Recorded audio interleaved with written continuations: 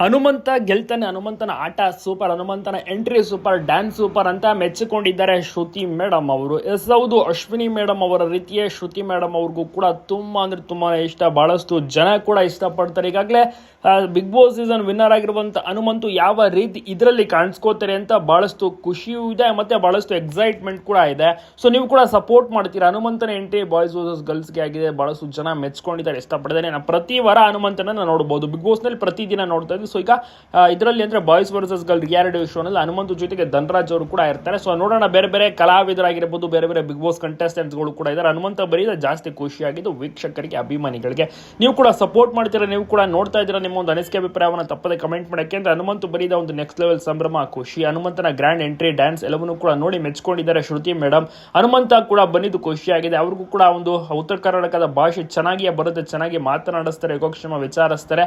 ಹನುಮಂತ ಯಾವ ರೀತಿ ಒಂದು ಸಲಾಮನ್ನು ಹೊಡಿತಾರೆ ಮತ್ತು ಯಾವ ರೀತಿ ಸ್ಟೇಟ್ಮೆಂಟ್ ಕೊಡ್ತಾರೆ ಅಂತ, ನಾವು ಗೆಲ್ತೀವಿ, ನಾನು ಬಂದಾಗಿದೆ, ಆಟ ಚಾಲು ಮಾಡ್ತೀನಿ, ನನ್ನ ಆಟ ಆಡ್ತೀನಿ, ನಿಮ್ಮ ಆಟ ನೀವು ಆಡಿ, ಸೊ ನೋಡೋಣ ಯಾರು ಗೆಲ್ತಾರೆ, ಲಾಸ್ಟ್ಗೆ ಗೊತ್ತಾಗುತ್ತೆ ಅಂತ ಡೈಲಾಗ್ ಅನ್ನು ಕೂಡ ಹೊಡಿತಾರೆ. ಹನುಮಂತನ ಡೈಲಾಗ್ ಎಲ್ಲರೂ ಕೂಡ ಫಿದಾಗ್ತಾರೆ, ಆಶ್ಚರ್ಯ ಪಡ್ತಾರೆ. ಹನುಮಂತ ನಿಮಗೂ ಕೂಡ ಇಷ್ಟ, ಹನುಮಂತ ಗೆಲ್ಬೇಕಾ ಬಾಯ್ಸ್ ವರ್ಸಸ್ ಗರ್ಲ್ಸ್ ಅಲ್ಲಿ? ನೀವು ಕೂಡ ನೋಡಿದ್ರೆ ಎಂಟ್ರಿ ಆಗಿತ್ತು, ಡ್ಯಾನ್ಸ್ ಆಗಿತ್ತು, ತಪ್ಪದೆ ಕಮೆಂಟ್ ಮಾಡಿ, ಎಲ್ಲ ಕಡೆ ವಿಡಿಯೋನ ಶೇರ್ ಮಾಡಿ, ಮತ್ತೆ ಸೂಪರ್ ಆಗಿ ಹಾಡನ್ನು ಕೂಡ ಆಡಿ ನಾವು ಗೆಲ್ತೀವಿ ಅಂತ ಕೂಡ ಚಾಲೆಂಜ್ ಮಾಡಿದ್ದಾರೆ.